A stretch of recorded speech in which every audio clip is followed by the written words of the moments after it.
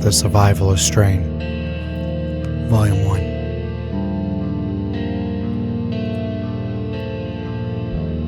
I still remember the exact moment the world ended for me.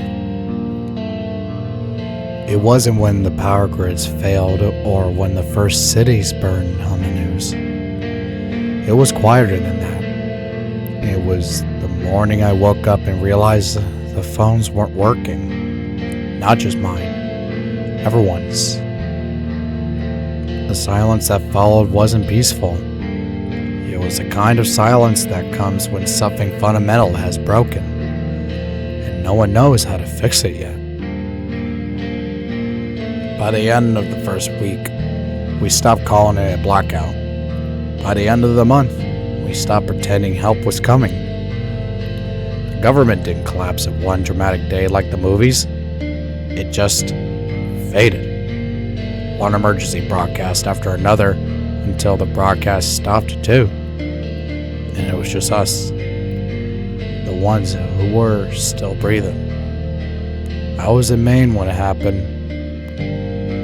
Not the Maine people picture on postcards. Not the rocky coast and lighthouses. I was inland, near my hometown, where the trees grow thick and the winters bite hard. I had a small place with a yard, 4 kittens, a quiet life I thought I'd keep. When the syndrome took them, I buried them in the backyard with my own hands. That was the first time I learned how fast the world could take something small and innocent and leave you with nothing but dirt under your fingernails.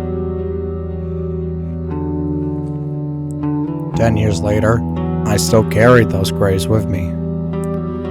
When the collapse came, I didn't run to the cities as some did. I stayed, watched, learned. The first 9 years was pure survival. Scavenging, hiding, killing when I had to.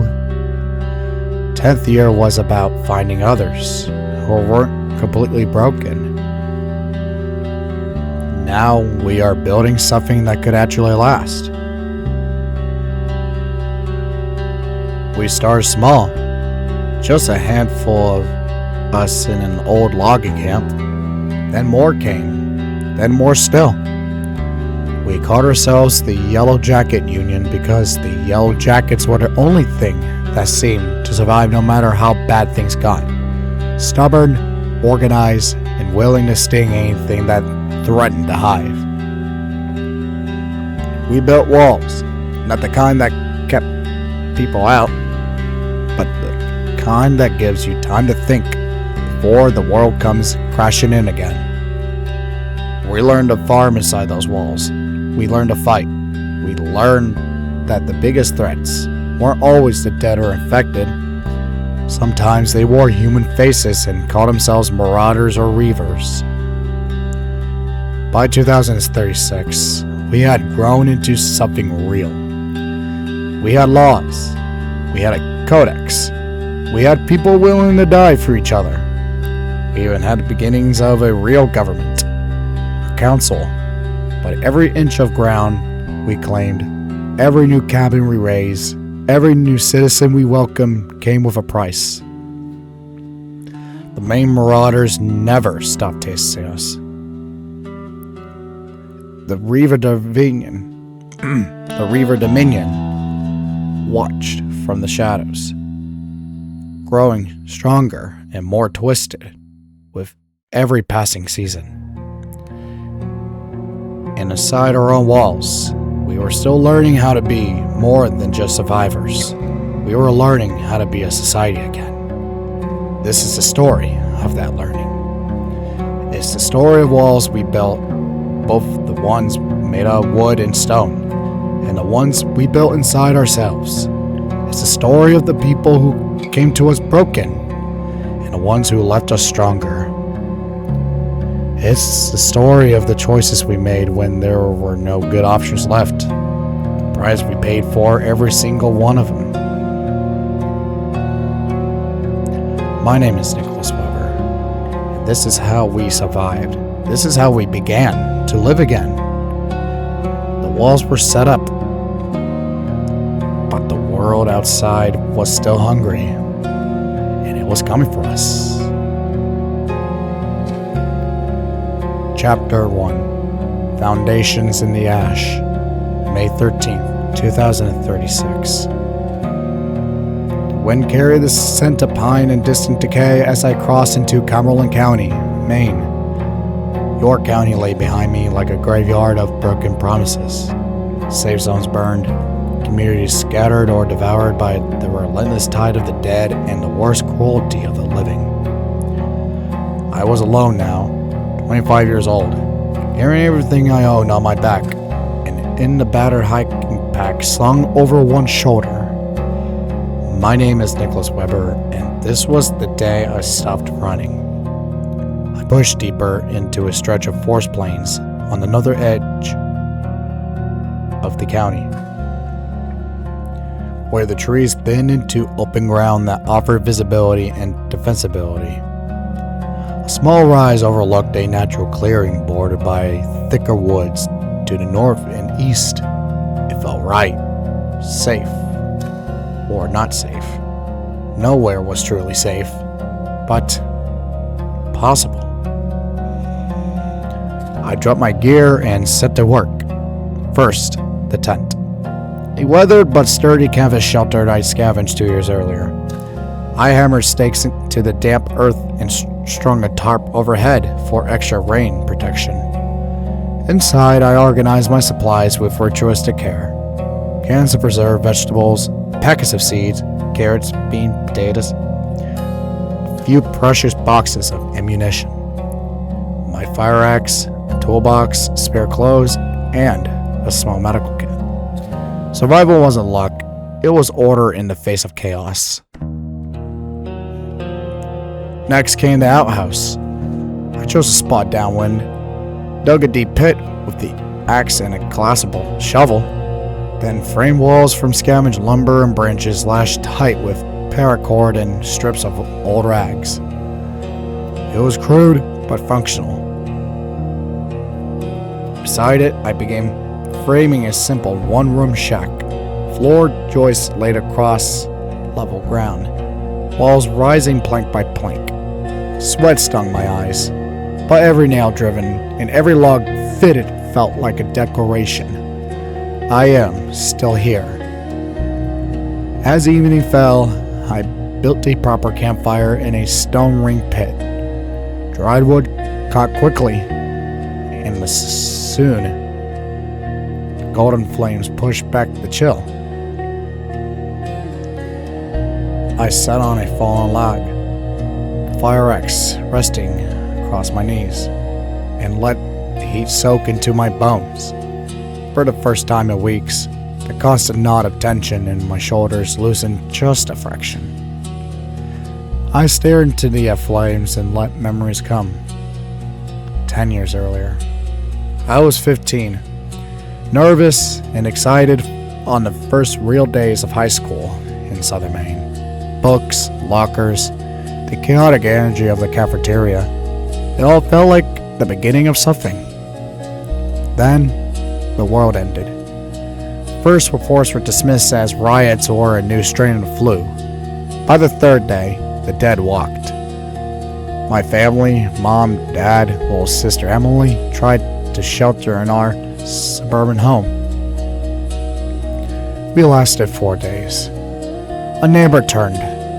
Dad held the door while Mom shoved Emily and me out the back window. I never saw them again. We ran for months. Emily and I drifted with a loose group of survivors heading north, following rumors of military safe zones. Emily was only 11. I became her shield, her provider, her teacher. I learned to fight with whatever was at hand. Baseball bats, kitchen knives, eventually guns. We scavenged houses, avoided cities, and moved at night when possible. The winter 2026-27 nearly killed us. We held up in an abandoned hunting cabin near the New Hampshire border. Emily got sick. Pneumonia, I think. I traded half of our food for antibiotics from a wary trader. She pulled through, but the fever left her weaker. That spring, we joined a larger caravan. For 2 years, we traveled with them, building temporary camps, learned to farm small plots, staying on watch against both Zeds and Raiders. Then came the betrayal at Black River Crossing in 2028. Our leaders sold out part of the group to bandits for supplies. In the chaos of the night raid, I got separated from Emily. I searched for weeks, following every trail, screaming her name until my voice gave out. I never found her. That grief nearly broke me. I wandered alone after that, half feral, surviving on rage and instinct.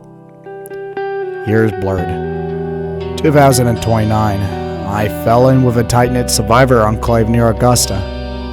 They taught me proper marksmanship and how to maintain engines. I stood wall duty during sieges that lasted days. In 2031, the enclave was overrun by a massive horde. I escaped with a small group, but infection took most of them within weeks. By 2033, I was running solo again, moving between temporary safe houses, learned back roads, and forgotten logging trails of Maine. I grew stronger. I learned that trust was a luxury, that mercy could get killed. Yet I never fully surrendered to the darkness. I still buried the dead when I could. I left supplies for strangers who looked desperate but not dangerous. And I carried Emily's pink hair clip in my pocket like a talisman. By early 2036, York County had collapsed under the waves of bandits and undead. I killed when I had to. Raiders who wouldn't let me pass, infected that got too close. But I was tired of mere survival. I wanted to build. The fire crackled. I shook off the memories, added another log, and laid down in the shack. Sleep came slowly, haunted by old ghosts. But it came. May 14th, 2036. Dawn broke clear and cold. I rose, stretched sore muscles, and returned to the wall project. I had already established a perimeter line using felled trees and sharpened stakes. Today, I focus on reinforcing sections with cross-bracing and filling gaps. The rhythmic thunk of the axe and the scrape of all logs, drag it to place, became a meditation. Hours passed. Blisters formed on my palms despite the work gloves. My back ached, but the wall grew.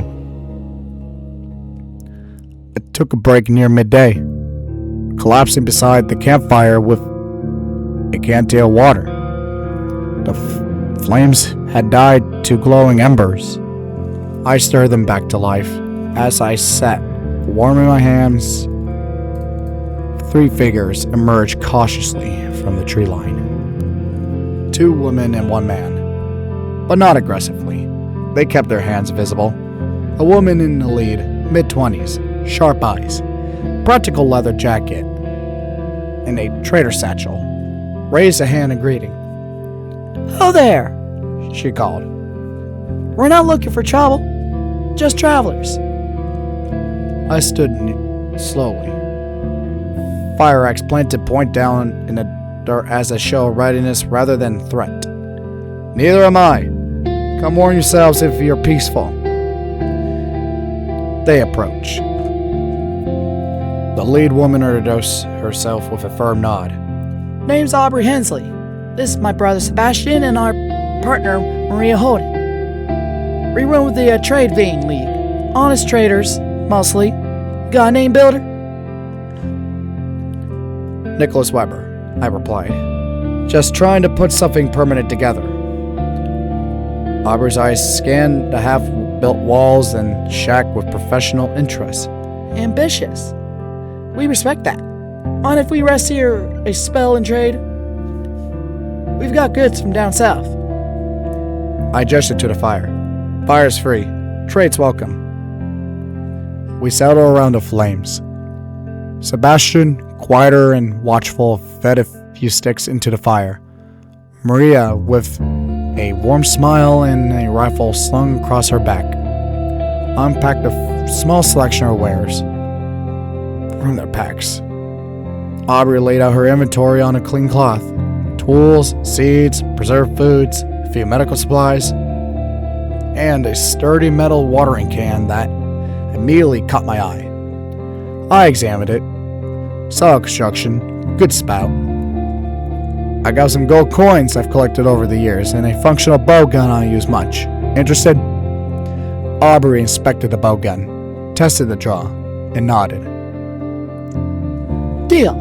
18 coins and the bow gun for the wiring can, plus a couple of extra packets of heirloom tomato seeds as goodwill. We shook on it.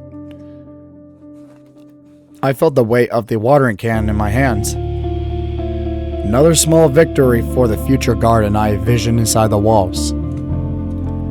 While we rested, conversation flowed more easily. I shared a bag of pretzels I'd been saving. Crunchy, salty, and a rare taste of the old world. We passed around a canteen of clean water. Sebastian spoke of a recent trader routes that avoided the worst bandit corridors.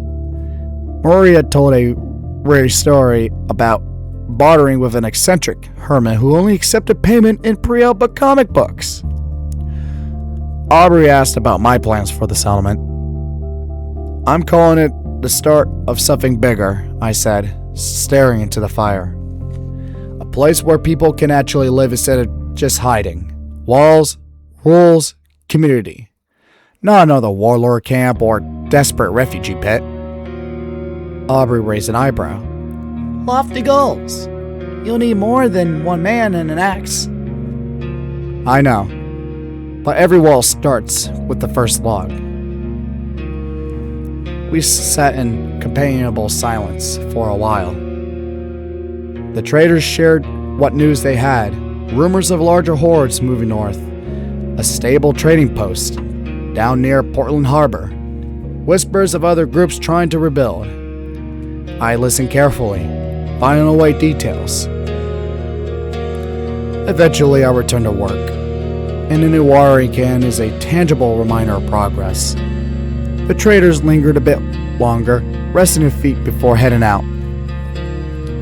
As the sun dipped lower, I felt a quiet satisfaction. The walls were taller today.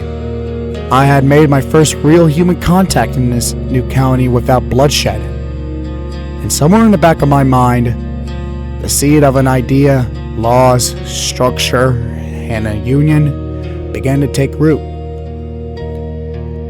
Exhausted but hopeful, I ate a modest dinner of canned beans and jerky by the fire, then crawled into the shack.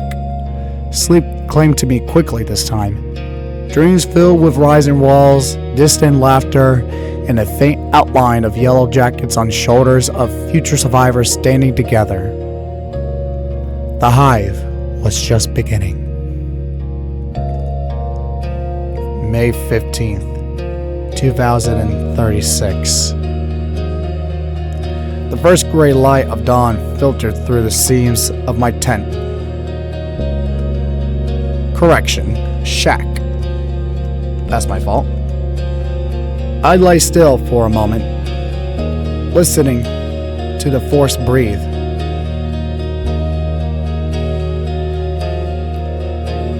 Wind in the pines, distant bird calls, and the ever-present low groan of the world that had died 10 years ago.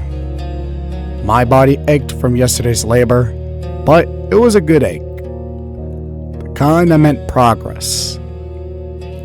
I sat up, reached into my pack and pulled out one of the last bottles of apple juice I'd scavenged weeks ago in York County. The sweet, tart liquid was a small luxury as I drank it slowly, savoring the taste before it vanished forever. It reminded me of autumn orchards before everything turned rotten. Energized, I stepped outside, strapped on my tool belt, and grabbed the fire axe. The walls called to me. I returned to the northern section, chopping fresh pine and dragging heavy logs into position. Sweat built quickly under my shirt as I notched joints and lashed them tight with paracord and scavenged wire. The perimeter was slowly taking shape. The rough but determined barrier against the dead and the desperate. Hours slipped by in the rhythm of work. Thunk, drag, lift, secure.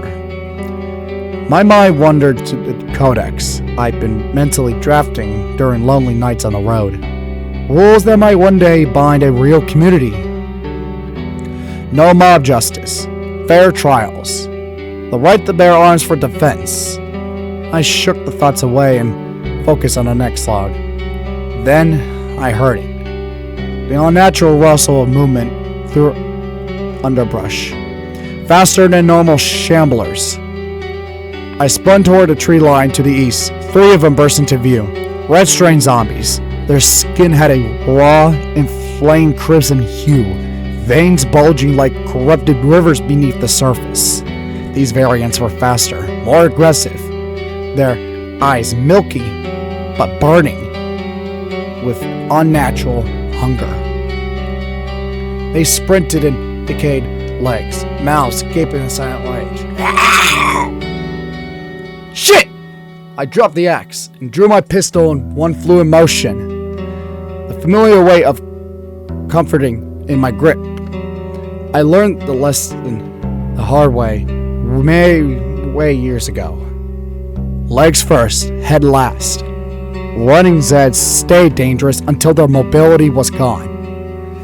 I planted my feet, exhaled, and fired. The first shot cracked the morning air, catching the lead runner in the left knee.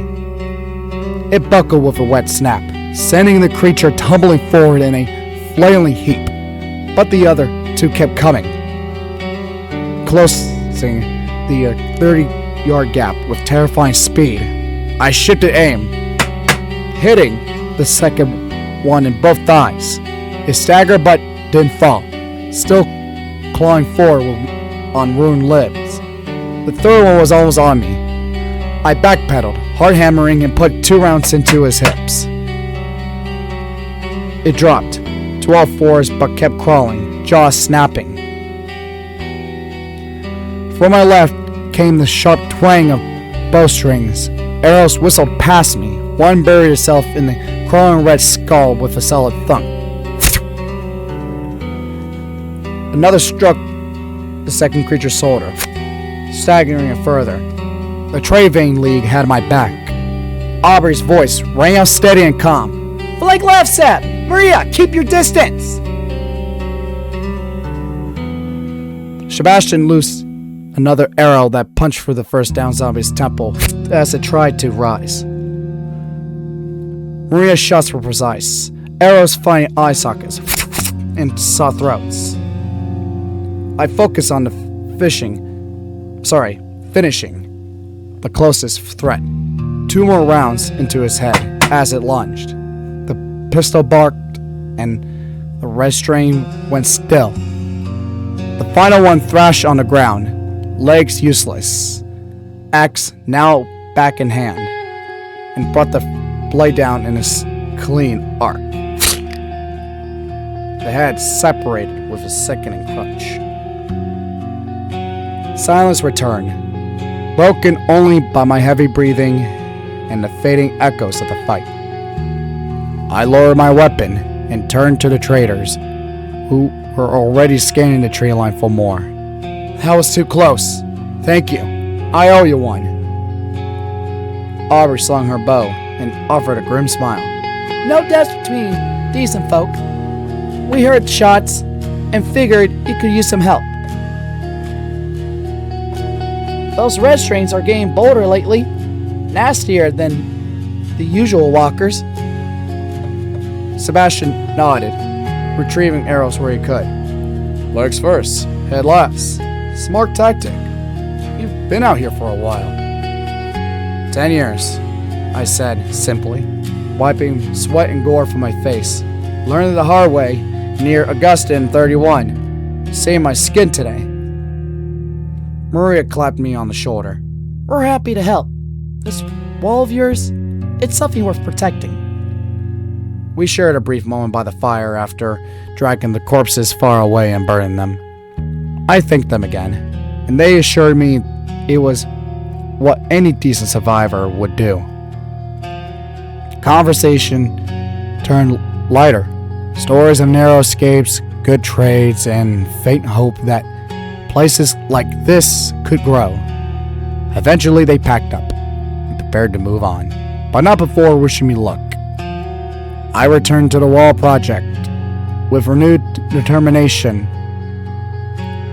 The encounter sharpening my focus. Every log now felt like another layer of safety for whoever might come next. May 16th, 2036. A new day dawned crisp and quiet. The Trading League had broken camp early, heading south toward other rumored outposts. Aubrey left me with a small parting gift. A sheer sharpening stone for the axe. Build strong, Nicholas, she said. The world needs more walls than graves. Alone again, I threw myself into the work. I was blurred, chopping, hauling, fitting, reinforcing. My muscles burned, but the perimeter expanded noticeably. By late afternoon, the sections stood nearly 8 feet high in places, with crude watch platforms taking shape. Exhausted, I called it a day as the sun dipped low inside the shack. I opened a jar of dill pickles scavenged long ago. The sharp, briny crunch was a welcome reward. I washed it down with clean water from my canteen, then collapsed onto my bedroll. Sleep came deep and dreamless, kind, earned through honest labor. May 17th, 2036. The morning light woke me. I rose quickly, ate a small ration of dried jerky, and got straight back to the walls. The project was becoming addictive. Each new section felt like extending the promise of safety further into this broken world. I was heading toward a thick strand of trees for more lumber when movement caught my eye near the incomplete eastern wall line. A lone figure approached cautiously. A young woman, crowbar in one hand. She moved with the careful grace of someone who has survived on her own for some time.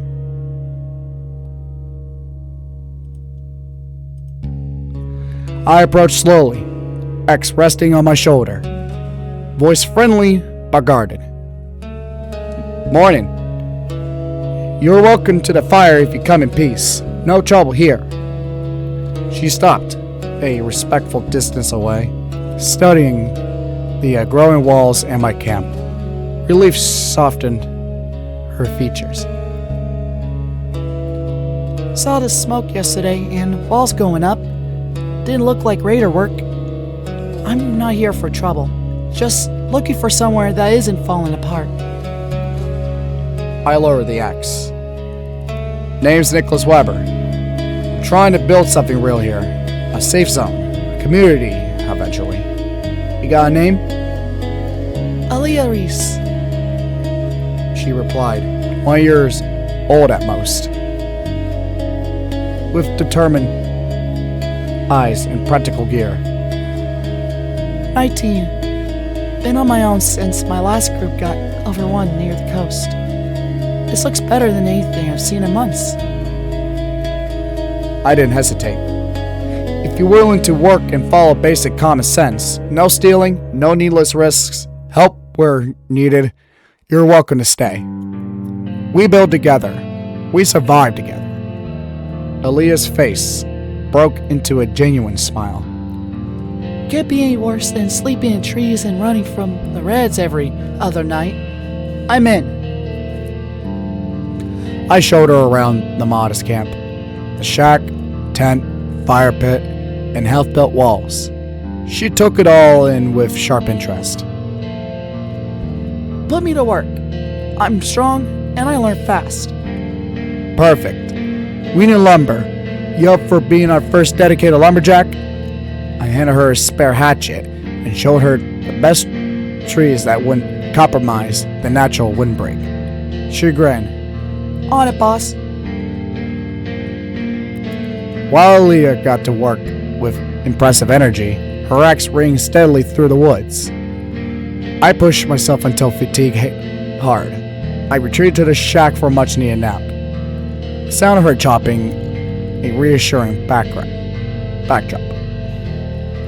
I woke refreshed, a couple hours later, and returned to the thinning logs. Aaliyah had already stacked an impressive pile of fresh timber near the wall line. She refilled the campfire with dry kindling, got it cracking warmly, and stored the extra wood neatly under a tarp.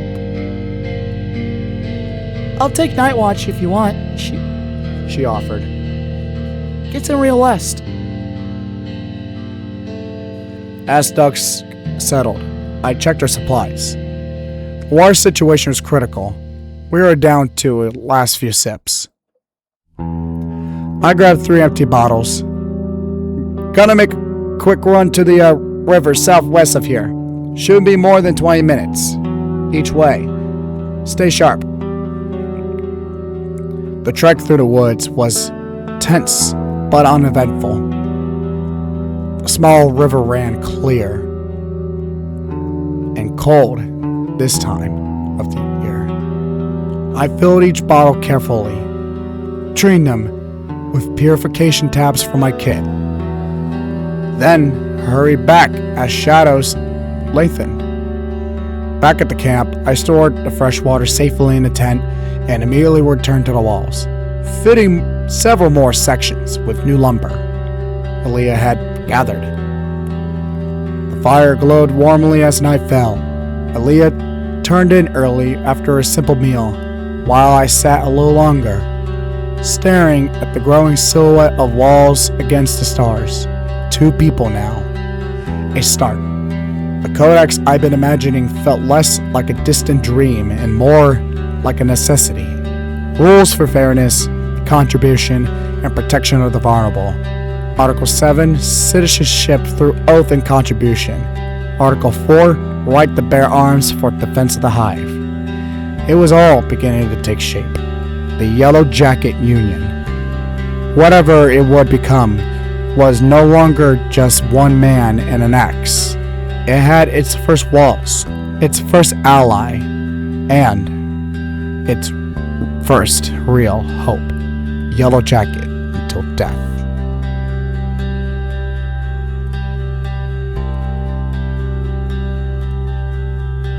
May 18th, 2036. A new day broke over the clearing, painting the pine tops in soft gold and chasing away the lingering chill of the Maine night. I woke up with the first light, familiar ache in my shoulders, and hands a badge of honor. The walls were no longer a dream. They were rising, section by section. A tangible promise carved out of the wilderness. I stepped out of the shack, breathed in the sharp scent of resin and damp earth, and got straight to work on the first phase of the perimeter. Every log I set reinforced not just the barrier, but the idea of taking root in my mind. This could become something more than a lone survivors camp, A hive, a union. The rhythmic thunk of the axe echoed through the trees as I felled another straight pine, stripped branches, and dragged the trunk into place.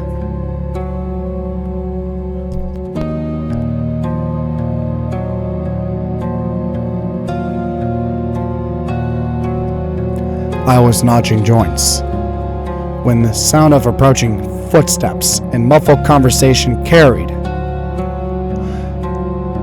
on the breeze. I straightened, pistol holstered but ready, axe in hand, and watched three figures emerge from the southwest tree line. They moved with the wary confidence of seasoned road traders, packs heavy, weapons visible but not raised. The woman in front, mid-30s, with sharp features, carved scarves tied around her arms, and a trader satchel bulging on her side, raised a hand in greeting. Ho, the camp. We're to track more traders. Not looking for blood, just a safe spot to catch our breath. If you'll have us. I lowered the axe slightly. Nicholas Weber, come on in by the fire. As long as it's peaceful, you're welcome to rest. They introduced themselves properly as they approached. Gianna Wade, the trade master with a quick smile and eyes that missed nothing. Eric Harris, broad-shouldered and quiet, was carrying most of the heavier gear. Ada Lee, younger and wary, with nervous energy and a shotgun slung well. They were junkie traders by reputation, dealing in whatever the world still offered, including substances that took up the edge of the endless horror. But they carried themselves with surprising professionalism. I explained my limited stock. I don't have much to trade right now. Gold's running low after recent deals. And most of what I got is committed to the build. But the fire's warm, there's fresh water, and you're safe here for a few hours. Gianna nodded appreciatively. That's more than most offer these days. We'll take it. Heard the axe work from ways off. Building something real here, huh? We settled. Around the revived campfire, they shared a small pouch of dried fruit and trade for goodwill. I listened as they spoke of routes through Cumberland, avoiding the worst raider quarters near Portland. Eric mentioned signs of larger hordes shifting north. Aiden mostly stayed quiet, eyes darting towards the walls with clear respect. I told them my vision in broad strokes. Walls, rules, a place where people could contribute and be protected. Gianna's eyes lit with interest. Lofty, but the world needs more of that than another bandit camp. We'll spread word if it holds. Not long after they arrived, Aaliyah stirred from the shack. She emerged, rubbing sleep from her eyes, offered the traders a polite nod, and helped herself to a modest breakfast of canned beans and jerky warmed by the fire. Morning, Nicholas. I'll get back on the lumber, she said, grabbing her hatchet. Soon, the steady ring of her axe joined mine, accelerating the stockpile of fresh timber. The traders rested for a couple hours, tending minor gear repairs and sharing road stories. Then, they packed up, thanked us sincerely, and headed out. We'll remember this spot, Gianna called back. Good luck with the hive. I returned to the walls with renewed focus. The sun climbed higher, and the perimeter grew stronger. Then Aaliyah came sprinting towards me, hatchet in hand, breathing hard. Nicholas! Blue strings! Fast ones! Come from the east tree line! At least half a dozen! My blood ran cold. Blue strains were the agile variants, leaner with a sickly bluish-gray pallor to their skin, unnaturally quick and capable of short bursts of terrifying speed, not as durable as reds, but they close distances like predators. Pistols ready, I said, drawing it smoothly. Stay calm, legs first, cripple their mobility, then headshots when they're down. Don't let them swarm you. We fight smart, we win. She gripped her axe tight and nodded, determination hardening her young face. Got it! Together! They burst from the underbrush. 6 blue strains moving with horrifying coordination, limbs pumping in jerky sprints, mouth agape with black drool. Their howls were raspy, almost breathless. I planted my feet and opened fire. The first 2 shots dropped the lead runner's legs from under it, sending it tumbling in a spray of decayed flesh. "Aim low!" I shouted. Aaliyah charged forward with surprising courage, swinging her axe in a powerful arc that severed the leg of the second creature mid-stride. It collapsed, clawing at her. I pivoted, putting rounds into the knees and hips of the next 2. The air filled with gunshots, the wet thunk of Aaliyah's axe, and the frenzied snarls of the affected. One blue strain got too close to Aaliyah. She dodged a grasping hand and brought the axe down on his thigh, then followed with a brutal overhead strike to the skull as it fell. "As you said, legs first!" she yelled, acceleration in her fear mixing in her voice. I reloaded on the move, dropping 2 more with precise shots. While she finished the crippled ones, the final strain lunged at me. I sidestepped and fired a point blank into his head. After Aaliyah crippled its advance, silence fell again, broken only by our ragged breathing and the cackle of the distant fire. We stood amid the fallen corpses, adrenaline still surging. I clapped her on the shoulder. "You did great, Aaliyah. That advice saved us both. Clean kills, no hesitation." She wiped sweat and gore from her face, grinning fiercely. "It felt good to fight for something instead of just running. I'll drag these away and burn them later. Back to the wood for now?" I nodded, proud of our first real team defense. "Yeah, I'll take a short rest first. Tired after that sprint." I retreated to the shack, body heavy with fatigue, and let sleep claim me for a couple hours.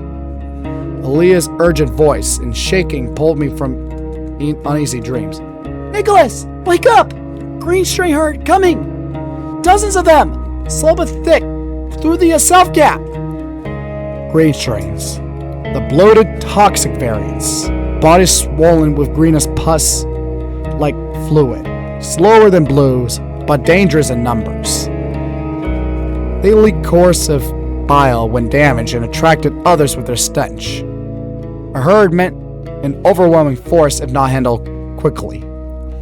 I grabbed my pistol and spare magazines, heart pounding. "We defend the walls we have. Same rule, mobility first, then finish them. Stay mobile. Don't get cornered. This is our home now." Aaliyah hefted her axe, face set. "Let's send them back to hell." We positioned ourselves at the incomplete southern section. The herd shambled into view, nearly 20 strong, moaning in a low, wet chorus. Their swollen forms oozing as they move. The sickly sweet rot smell hit us like a wave. I started picking up at the reins, shots echoing as I targeted knees and ankles to create piles of thrashing bodies. "Keep the distance from the bile," I warned. Aaliyah darted in when safe, axe flashing in deadly arcs. She crippled several, then finished with precise head strikes, dodging sprays of green fluid that sizzled on the ground. One larger green lunged unexpectedly. She rolled aside and hamstrung it, allowing me to put it down cleanly. The fight stretched, long and grueling. We worked in sync. She crippled clusters while I provided covering fire and headshots on the fallen. Sweat stung my eyes. My arms burned from constant aiming and reloading. Aaliyah took a glancing swipe but shook it off, her determination unbreakable. Finally, the last green strain fell under her axe. We stood panting among the fallen. The ground slick with ichor. the walls held, our camp endured. "We won again," I said, voice hoarse. "You're a natural at this. Hive's God's first true defender." She managed to tie a laugh. "Couldn't have done it without the lake's first lesson. Feels like we're actually building something we're fighting for." We dragged the worst of the corpses away, burned what we could safely, and returned to work as the sun began its descent. Aaliyah went back to chopping and stacking lumber with stubborn energy. I reinforced joints on the newest wall sections. The day's battles,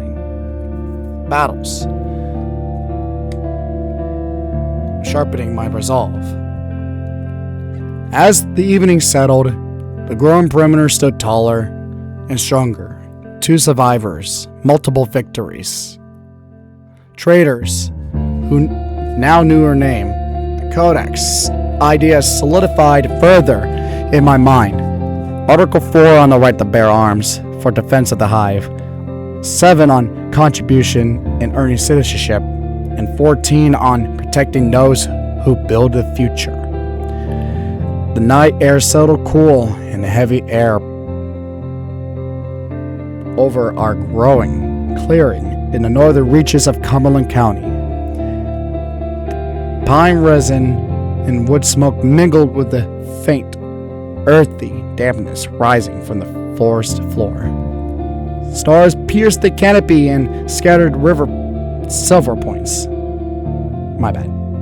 A reminder that some things in this broken world still held their ancient beauty. Aaliyah and I worked under the flickering light of lanterns and the central campfire, refusing to let darkness halt progress. The wall project demanded every available hour. Logs dragged, notched, fitted, and braced. Each new section rose like a vow. This ground would shelter more than just the 2 of us. Our axes rang in staggered rhythm as we gathered fresh timber from the denser stands to the north. Sweat cooled quickly on our skin, but the labor kept the blood flowing. I paused to drive reinforcing cross braces into a tall section overlooking the eastern approach. The wood creaking satisfyingly under mallet blows. Leah hauled another load of trimmed branches, stacking them neatly for future use as kindling or fill. The sound of footsteps and quiet conversation approached from the southwest trail. I strained hand near a pistol, but relaxed when familiar voices carried on the breeze. The Trade Vein League had returned for another pit stop. Aubrey Hensley let them in. Her practical leather jacket dusted with road grime. Sebastian and Maria close behind. "Evening, Nicholas. Aaliyah," Aubrey called, raising a hand. "Saw your fire again and figured the hospitality might still stand. World's a game restless tonight." "Always," I replied, wiping my hands on my pants. "Fire's warm. Water's clean. Rest as long as you need." They settled gratefully around the crackling flames. Maria unpacked a small tin of preserved peaches to share, while Sebastian poked at the fire with a stick. We exchanged brief hellos and updates. Aubrey mentioned steady trail runs toward the Bromscott River corridor, careful to skirt no bandit haunts. Aaliyah and I kept working nearby, the trader's presence adding a layer of comfort rather than distraction. Their low conversation mixed with the sounds of our labor, the scrape of logs, the thud of axes, the occasional burst of quiet laughter from the fire. After another hour of steady effort, Aaliyah straightened with a groan, rubbing her shoulders. "That's enough for me tonight. Wood stacked under the tarp. I'm beat." She dragged the last bundle into place, then headed for the tent, offering the traders a tire wave. Stay safe out there. Get some real rest, I told her. You'd earned it. She disappeared inside, and soon the camp quieted to just 3 traders.